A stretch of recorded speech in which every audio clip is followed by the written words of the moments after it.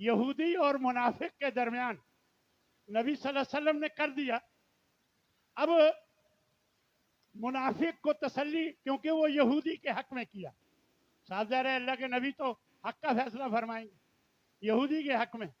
اب اس کو تسلی نہ ہوئی, اس کا خیال تھا کہ عمر بڑے خلاف ہیں, یہودیوں کے بڑے سخت ہیں, تو میں ان کے پاس ہی سے لے کر چل. آگے حضرت عمر سے اپنا وہ سارا قضیہ جو تھا مسئلہ بتایا, تو حضرت عمر رضی اللہ تعالیٰ عنہ نے سنا, اور پھر اس موقع پر یہودی بولا کہ عمر پہلے سن لیں, تم ہمارا یہ جو معاملہ ہے, اس معاملے میں آپ کے نبی نے میرے حق میں فیصلہ دیا ہوا ہے. حضرت عمر نے اس شخص کو دیکھا جو منافق, وہ کہنے لگا ہاں دیا تو ہے, لیکن میں حق پر ہوں, یہ جھوٹا ہے. تو آپ اندر گئے, تلوار لائے اور اس منافق کی گردن اڑا دی, اور کہنے لگے جو نبی کے فیصلے کے بعد فیصلہ کروائے اس کے بارے میں میرا یہی فیصلہ. اب کوئی ایک دو منافق تو تھے نہیں, اللہ کے نبی کے دربار میں حضرت عمر کے خلاف قتل کا مقدمہ درج کر دیا کہ جی آ گیا مقدمہ نبی صلی اللہ علیہ وسلم کے پاس کہ جی اس نے ہمارا بندہ مار دیا, لہذا اس کے بدلے میں جان لینی ہے عمر کی. چنانچہ نبی صلی اللہ علیہ وسلم نے پوچھا کہ آپ نے کیسے ایسے کر دیا؟ کہنے لگے یا رسول اللہ, جب آپ نے فیصلہ کر دیا تھا پھر اس کو جرت کیسے ہوئی کہ آپ کے فیصلے کے بعد پھر یہ مجھ سے فیصلہ کروائے؟ تو میں نے پھر یہی مناسب سمجھا کہ جو آپ کے فیصلے کو نہیں مانتا تو وہ کہے کا مسلمان, وہ اس قابل ہے کہ اس کو دنیا میں نہیں رہنا چاہیے. چنانچہ کیونکہ وہ بظاہر مسلمان تھا, اس کا وہ دیت دے کر یعنی معاملے کو رفع دفع کیا گیا. کہنا یہ ہے کہ اس قدر جرت کے برداشت نہیں کر سکے کہ نبی کے فیصلے کے بعد کوئی فیصلہ کروائے. اور اسی طرح امین ایسے کہ بیت المال کا دیا بجھا دیتے, جب دنیا داری کا کوئی اپنا ذاتی معاملہ ہوتا دیا بجھا دیتے تھے کہ یہ جو تیل جلے گا میری ذاتی بات کرتے ہوئے یہ بیت المال کا تیل نہیں جلنا چاہیے, دیا بجھا دیتے. اس قدر ایمانداری. حضرت ام المومنین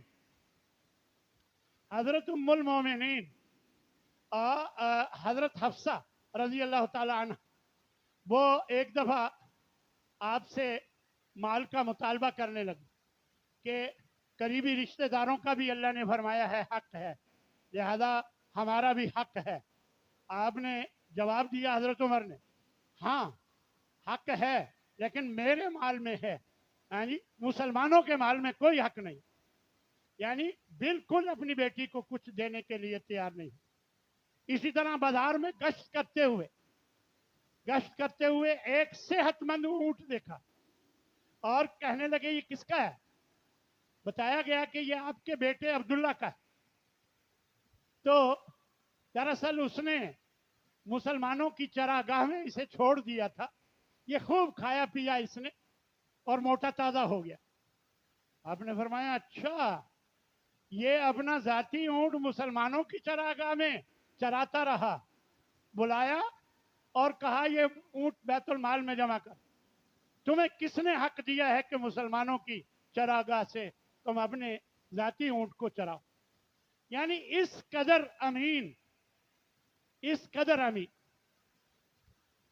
اللہ اکبر. ہمیشہ یہ دعا کیا کرتے تھے, اللہم ارزقنی شہادتا فی سبیلک, اے اللہ مجھے اپنے راستے میں شہادت کی موت, واجعل موتی فی بلد رسولک, اور مجھے موت آئے تو تیرے رسول کے شہر میں. اللہ نے یہ دعائیں یہ خواہشات پوری کر. حضرت مغیرہ بن شعبہ ایک صحابی ہیں, ان کا ایک غلام تھا ایرانی, اس کا نام تھا فیروز, اس کی کنیت تھی ابو لولو. یہ آپ یعنی حضرت عمر کی دربار میں شکایت لے کر آئے کہ میرا مالک جو ہے زیادہ ٹیکس وصول کرتا ہے مجھ سے. اس وقت غلاموں کو کام کرنے کی اجازت ہوتی, وہ ٹیکس دے دے مالک کو تو وہ کام کر سکتے. میرا مالک زیادہ ٹیکس وصول کرتا ہے. تو پوچھا کہ کتنا کرتا ہے؟ کہتا ہے روزانہ مجھ سے 2 درہم لے لیتے. تو حضرت عمر نے پوچھا کہ کام کیا کرتے ہو؟ تو اس نے بتایا لکڑی اور لوہے پر نقش و نگاری کا کام کرتا ہوں. تو آپ نے فرمایا یہ تو بڑی آمدن کا کام ہے، اگر وہ 2 درہم لیتا ہے تو ٹھیک ہے، بالکل ٹھیک. لو جی، اس پر اس کو غصہ آیا.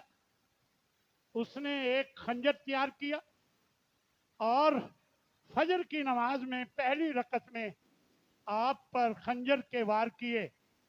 13 افراد، اس 13 افراد پر وار کیا.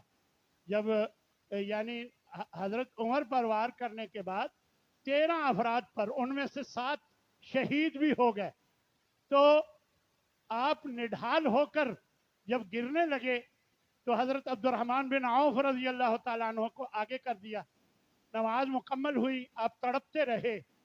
پھر بعد میں ساتھیوں نے آپ کا سنبھالا، اور جب آپ نے اپنی نازک حالت کو دیکھا تو اپنے بیٹے کو حضرت عائشہ کے پاس بھیجا اور کہا کہ جا کر بات کریں کہ مجھے نبی صلی اللہ علیہ وسلم کے پہلو میں دونوں ساتھیوں کے ساتھ دفن کرنے کی اجازت دی جائے. تو وہ فرمانے لگی وہ تو میں نے اپنے لیے جگہ رکھی ہوئی تھی، لیکن میں اپنے آپ کو حضرت عمر کو اپنے آپ پر ترجیح دیتی. لہذا بات ہو گئی کہ ٹھیک. پھر آپ نے پوچھا کہ میرے اوپر قرضہ کتنا ہے حساب کتاب والے سے. تو بتایا کہ 86,000 درہم آپ پر قرضہ ہے. تو کہنے لگے کہ یہ قرضہ آل عمر، پھر بنی عدی بن کعب یا قریش والے سب مل کر اتاریں گے میرے مال سے، اور جو رہ جائے باقی ان سے یہ اتاریں گے. اس طرح تیسرے روز یکم محرم کو اللہ کے ہاں پہنچ گئے، شہید ہو گئے. بعض لوگوں کا خیال ہے کہ حضرت عمر اور اہل بیت کے درمیان تعلقات کشیدہ تھے. یہ بالکل جھوٹ ہے، ایسی کوئی بات نہیں. حضرت علی رضی اللہ تعالیٰ عنہ نے خود اپنی بیٹی ام کلثوم کا نکاح حضرت عمر سے کیا. یہ کیسے ہو سکتا ہے؟ کوئی اپنے دشمن کو بیٹی دیتا ہے؟ کبھی ایسا نہیں ہو. یہ سب جھوٹی باتیں. پھر ایک روایت میں آتا ہے، حضرت ابن عباس فرماتے ہیں کہ جب حضرت عمر کو شہید کر دیا گیا، شہادت کے بعد چارپائی پر لٹایا گیا، تو کچھ لوگ موجود تھے، میں بھی تھا.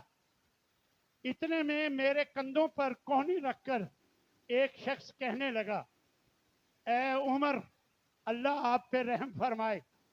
مجھے اللہ سے یہی امید تھی کہ وہ آپ کو آپ کے دونوں ساتھیوں حضرت محمد صلی اللہ علیہ وسلم اور حضرت ابو بکر صدیق، آپ کو اپنے دونوں ساتھیوں سے ملا دے گا، کیونکہ میں اکثر نبی صلی اللہ علیہ وسلم کی زبان سے یہ سنا کرتا تھا. آپ فرمایا کرتے کبھی یہ تو انا و ابو بکر و عمر، میں ابو بکر اور عمر آئے، اور کبھی فرماتے دخل تو انا و ابو بکر و عمر، میں ابو بکر اور عمر داخل ہوئے، اور کبھی فرماتے خرج تو انا و ابو بکر و عمر، میں ابو بکر اور عمر نکلے. یعنی ہمیشہ دونوں کا آپ صلی اللہ علیہ وسلم ذکر کرتے تھے. تو مجھے امید تھی کہ اللہ آپ کو ان کے ساتھ ضرور ملا دے گا. کہتے ہیں کہ میں نے مڑ کے دیکھا، یہ حضرت عبداللہ بن عباس فرما رہے ہیں، میرے کندھے پہ ہاتھ رکھ کے یہ کہا. تو میں نے جو مڑ کے دیکھا وہ حضرت علی تھے رضی اللہ تعالی عنہ. تو حضرت عمر اور دیگر صحابہ اس موقع پر جو اللہ کے نبی کے پیارے ہیں ان کے لیے ہمیشہ اچھی سوچ رکھنی چاہیے. اللہ ان سے راضی ہو گیا اور وہ اللہ سے راضی ہو گیا. ہم سب کو یہ دعا کرنی چاہیے کہ اللہ ہمیں ان کے ساتھ جنت الفردوس میں داخل فرمائے. اللہ تبارک و تعالیٰ ان کے درجات بلند فرمائے. اللہ ہم سب کو ان کے نقش قدم پر چلنے کی توفیق عطا فرمائے. وآخر دعوانا ان الحمد للہ رب العالمین.